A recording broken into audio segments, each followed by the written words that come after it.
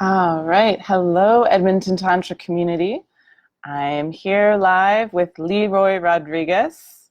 Hey, Leroy, how are you? I'm doing well. How are you? I'm good. We are on a Tantra and self-love kick. We talked about it last week, and we actually just did a feed in the Toronto personal growth community.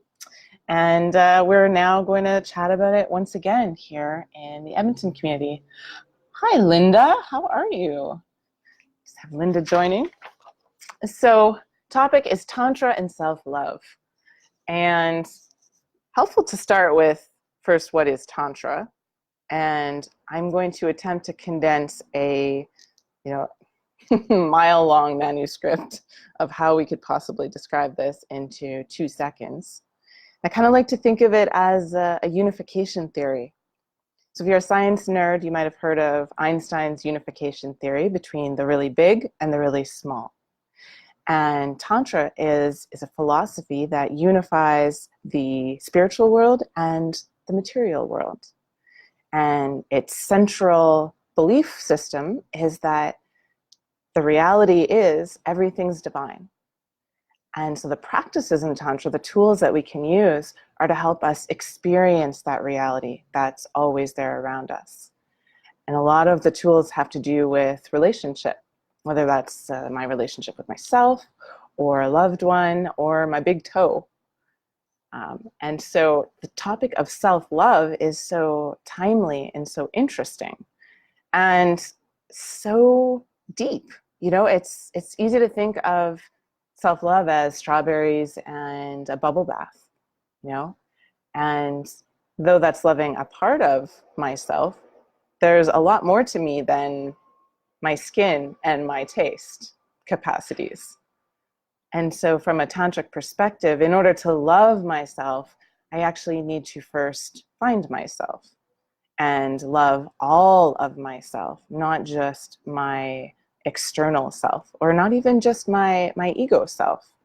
And so it's kind of a fun topic because you can say, well, I'm going to love my body tonight, or I'm going to love my ego tonight, or I'm going to love my inner child, or I'm going to love the part of me that is connected to everything else.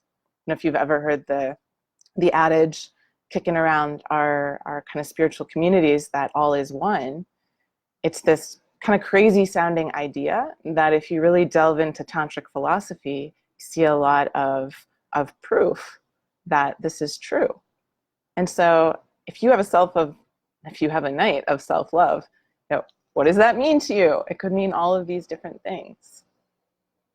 And so if we were to choose right now, just for fun, what if I wanted to love myself as my ego, as my identity, as all the parts of myself? And that doesn't just mean the part of me that,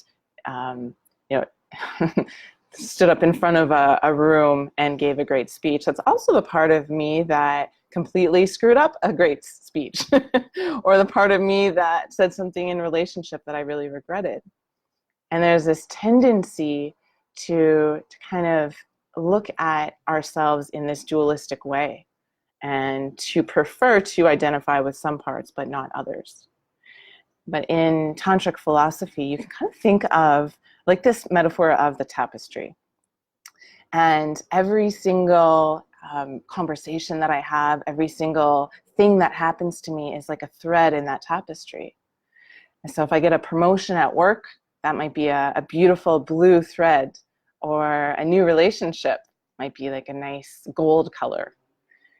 And then, if that relationship ends, or something happens, then I might feel like that's kind of a snot green, like a really ugly green. Or I lose my job, and that's like this kind of gross brown color. And so when I've got the tapestry right up against my face here, there's a real temptation to whip out a pair of scissors and start cutting out these ugly threads. Like, I want to get rid of that snot green thread. I want to get rid of that ugly brown because they just look so hideous. I only want that teal blue and that gold to be in my tapestry. But the thing is, I'm looking at the tapestry from this one perspective. and it's a very limited perspective.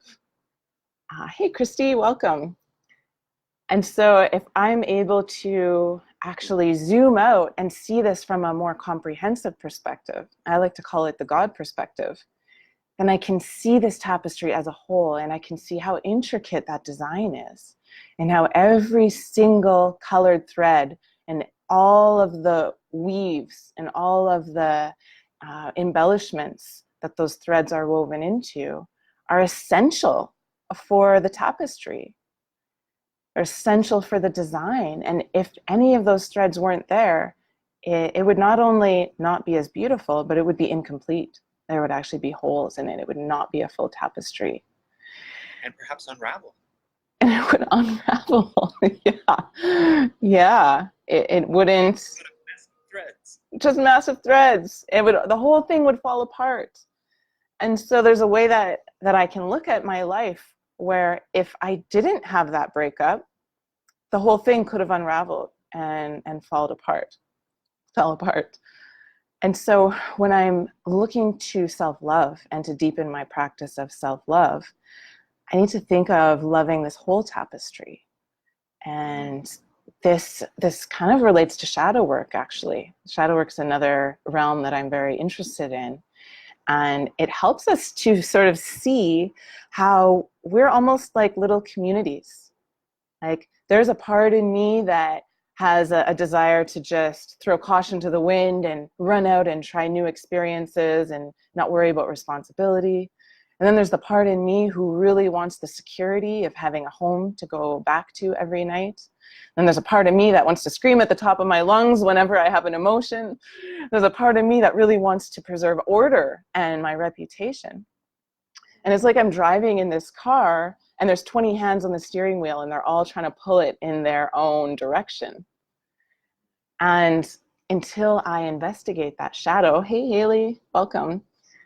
Until I investigate that shadow, it's like they're all happening. They're all kind of grabbing at that steering wheel, but I think that I'm the one driving. And I don't understand why I'm careening around the road. You know, like everything seems to be out of control, but it's because all these hands are on the wheel of my subconscious. And so what shadow work does, which is very, very intimately connected to Tantra, is it actually starts a conversation with each one of those parts. And I get to find out, you know, what is their role in my life? What are their needs? What are their gifts for me? Because each one of them has a gift. And so self-love from that perspective is self-knowledge, getting to know all of those parts of myself and then loving them and giving them what they need. And then eventually we can get to an organized point where there's only one hand on the wheel and it's mine, because I've given them all what they need. They're all supporting me. And me as sort of the organizing force, the mental command center, is now operating clearly and without this interference, because we've sorted it out. We've sat around the table and sorted it all out. And now we're moving in this united, integrated direction. Yeah. Any thoughts on that, Leroy? Yes, as always. And they have to be quick, actually, because I realize we do need to wrap this up. This is just a mini call, and we might have to have a part 3 of this discussion. You know what? I mean, is it really separate? Are they separate parts? Is there a part 1? Is there a part 2? Depends on our perspective. I just wanted to quickly give an analogy, I guess. So I have an amazing nephew, and Heidi actually got to meet him briefly, virtually. And he's a genius, I'm biased. And when he was a little bit younger, you know, I was overwhelming him with the stuff I wanted to do, because I was like, oh my God, this kid's so brilliant. I have to use every single moment and make it worthwhile. And then there came a point where I was like, his genius works best when I do not interfere. I'm there, I'm participating, but I'm not interfering with his genius. And to me, that is like, that's an important aspect of love, I think, is being present, but having no intention, having no thoughts of interfering, making it better, preventing him from doing something. And sometimes he'll be stuck. And I know he's going to get through it because I know he's a genius. And he's like pestering me to like give him the answer, and I won't because I know he's going to get it. And if I was less confident, then I would give it to him. And I'm like, so if I had a perfect teacher, would they be silent all the time? And I'm like, maybe that's what I have. I like that because it kind of gives us an answer to the question, why does life suck sometimes? Like, why am I just not getting everything that I want right away?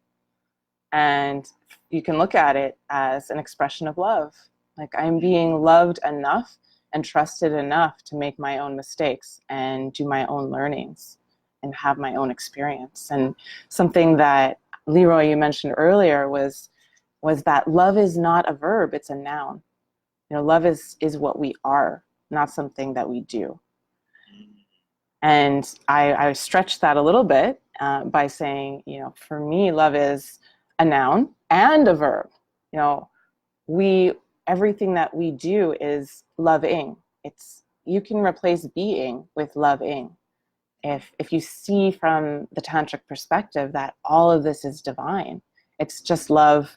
Love is walking, love is treeing, love is fighting, love is kicking, love is crying, love is celebrating. And from that perspective, it's kind of a non-dual perspective where there's no way to fall out of it. And it's our perspective. My perspective when the tapestry is very close is that some things are love and some things aren't. But if I can zoom out to that God perspective, I can see all those threads for their beauty and the perfection, and I can see that they all are love in reality.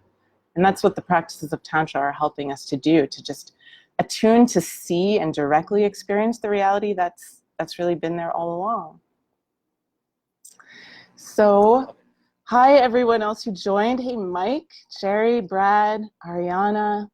We do have to close tonight, but I'm really happy to see you all here and would love if you had any feedback, any comments, any personal experience with this, or questions for next time. We'll be back next week, and sounds like we might be continuing on this same topic because it's so juicy and so rich. So thank you, Leroy, for all the interesting perspectives that we got to kind of chew on today. And have a good night, everyone. Thanks, Heidi. Great to be here, virtually. All right. See you all soon. Bye-bye.